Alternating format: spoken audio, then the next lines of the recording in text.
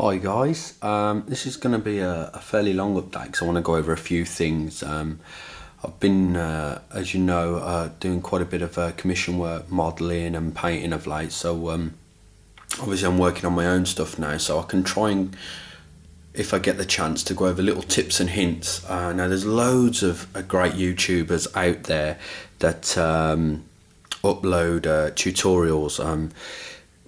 We can go from awesome paint job, girl painting. There's new people up there. One's called Primal Ace. I'll try, and if I remember, to put a link below for him. He's done an amazing dreadnought tutorial. It's one of the best tutorials I've actually seen. If you're a beginner, that can definitely take you to the next stage. It's well lit, well done, so go check Primal Ace's tutorial out. But there's no point in me doing long tutorials like that for two reasons. One, I just can't do it as good as other people. I just can't seem to get the camera into position. And two, like I say, there's amazing artists out there that are doing awesome tutorials.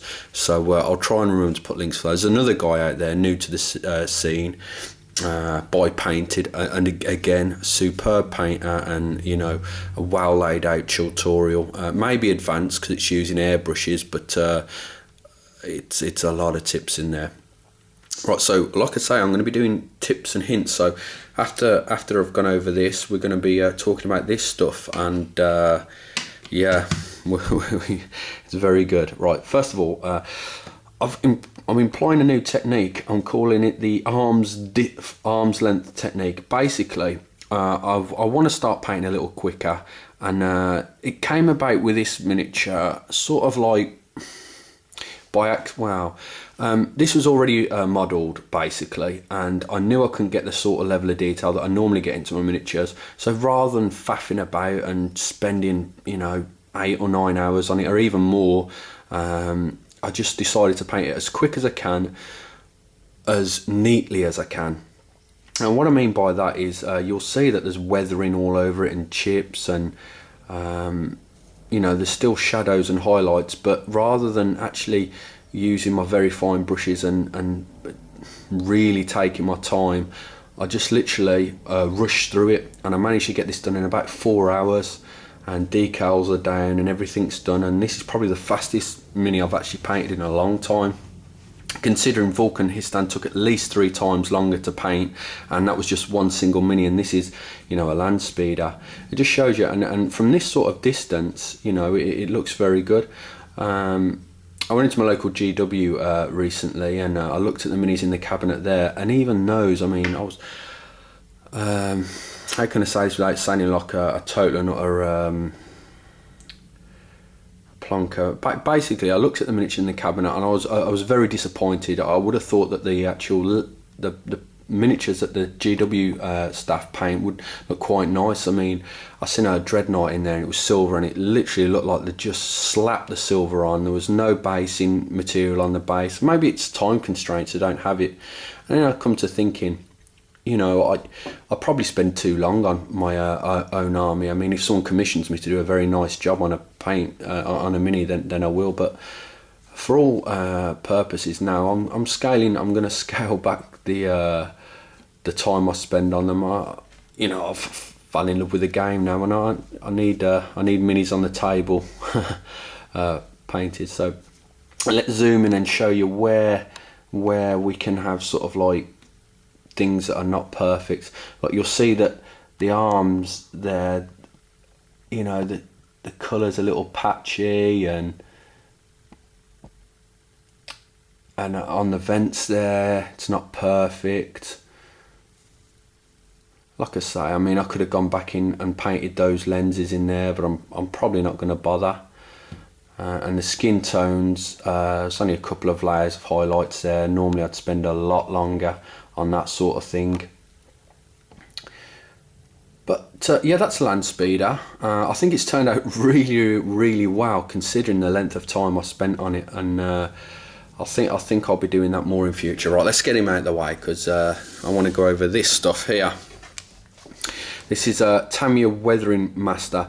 Now, as you know, I've done a few tutorials on pigments, and the problem with pigments is for the beginner or the person that just wants to paint the miniature and they don't want to faff about with palettes, and they don't want to use isopropanol, and they don't want to use varnishes and whatnot. This stuff is for you.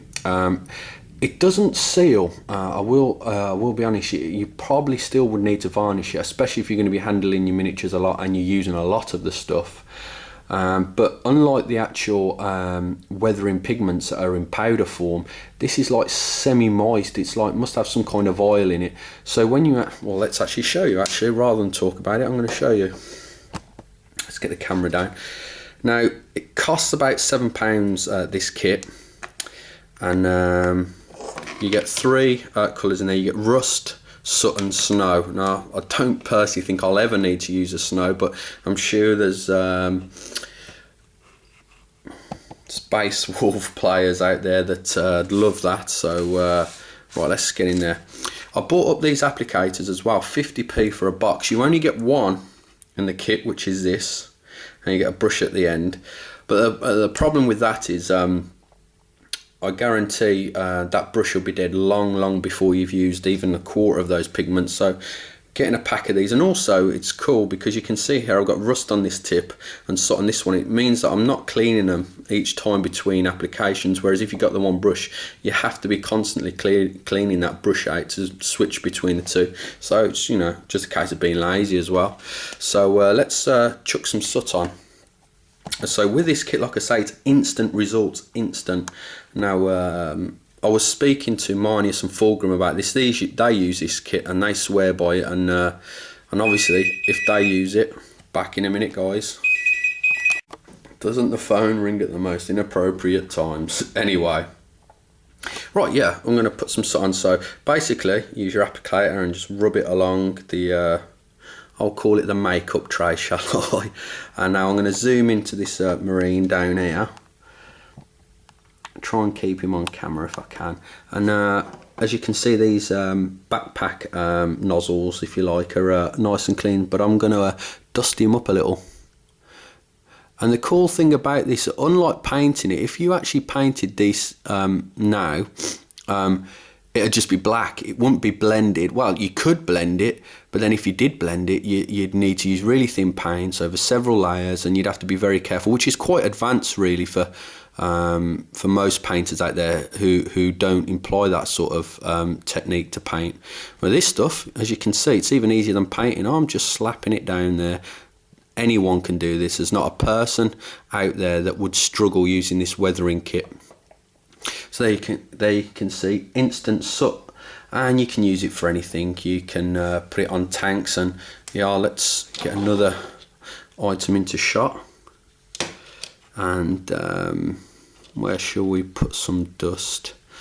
I've already done these vents, but I'll just show you where it would be perfect. When you get vents on a vehicle near exhaust stacks or anywhere you see a vent that, you know, some soot or debris or oil is going to build up and soot, and you can see I'm just building it out there. I'll pull some down here. There you go.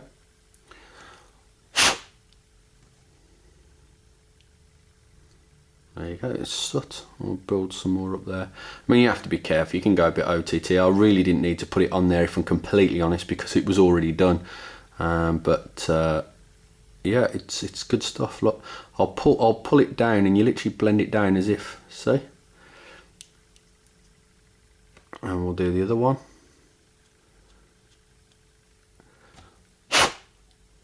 I'm just blowing some of the little tiny particles of pigment that's there.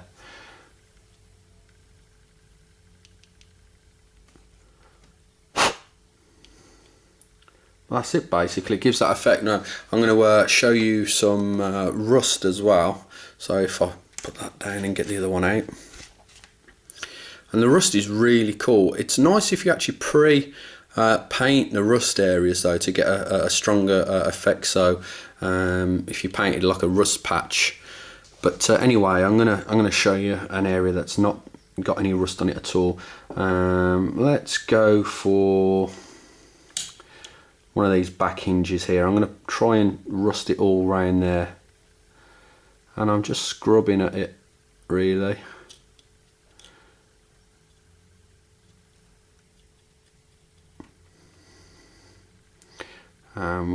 I'll show you on the white there of the decal how it blends in with the colour.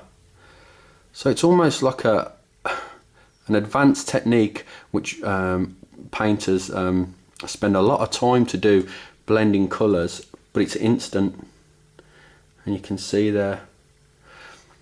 Get rid of the dust, sorry.